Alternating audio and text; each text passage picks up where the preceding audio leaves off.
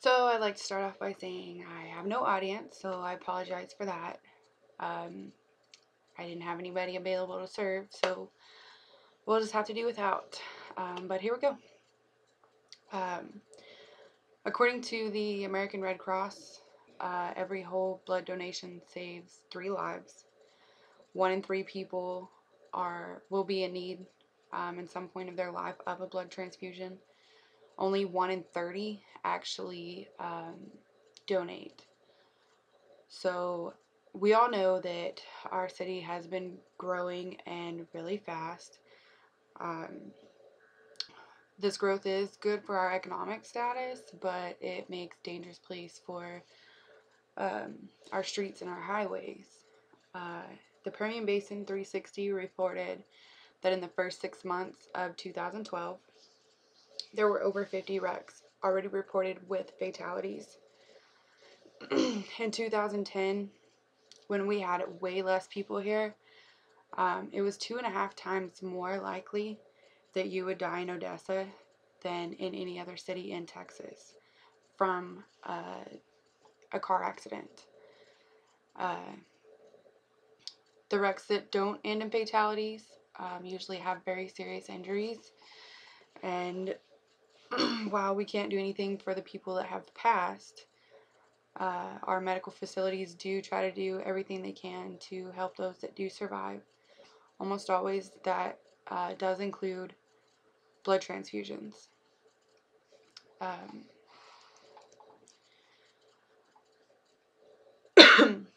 while we can't control how people drive, we do have somewhat of a control over the amount of blood that our hospitals have access to. It is our, I would say, responsibility, but our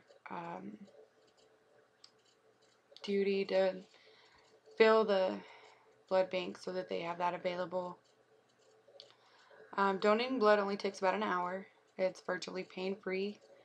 The emotional feeling that you would get from helping somebody would definitely outweigh any physical pain that you might have. Each time you give blood, it does benefit yourself health-wise as well. You're asked a series of questions each time to make sure that you are still healthy. One of those questions might strike up a situation that you weren't aware of, something that you might need to get checked out further by your physician. Your blood pressure gets checked. That could raise awareness for hypertension. You get your iron levels checked. Everybody has a excess of iron built up in their system. It's a normal thing. However, if that excess gets too excessive, it could lead to heart disease and other circulatory issues. When you donate blood, you're ridding your body of some of this excess iron, which would then decrease the risk for those issues. Your levels are checked to make sure that you'll have plenty left over. Make sure you're going to remain healthy after you donate. There's also a 8-week waiting period in between donations to make sure that your iron levels don't get too low.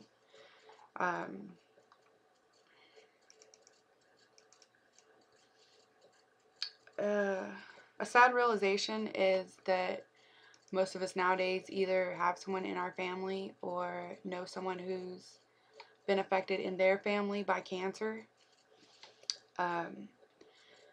These blood donations are used for cancer treatment. I'm not really sure how I'd feel if I had to walk into a waiting room and tell a cancer patient, you can't get your treatment today because nobody donated blood. And even worse, how they would feel because there's nothing they can do about it. They didn't ask for that disease. They didn't ask for your donation.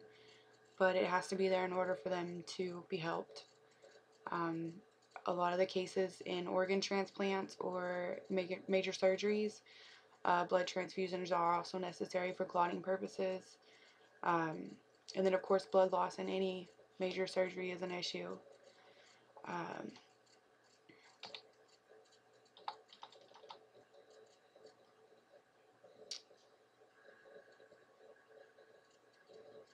really, I just want to ask if you have an hour to give up. We're given 24 each day. All you'd have to do is give up 1 hour. And not even every day, it's every 8 weeks. Most of us go to sleep at night thinking we're going to wake up the next morning.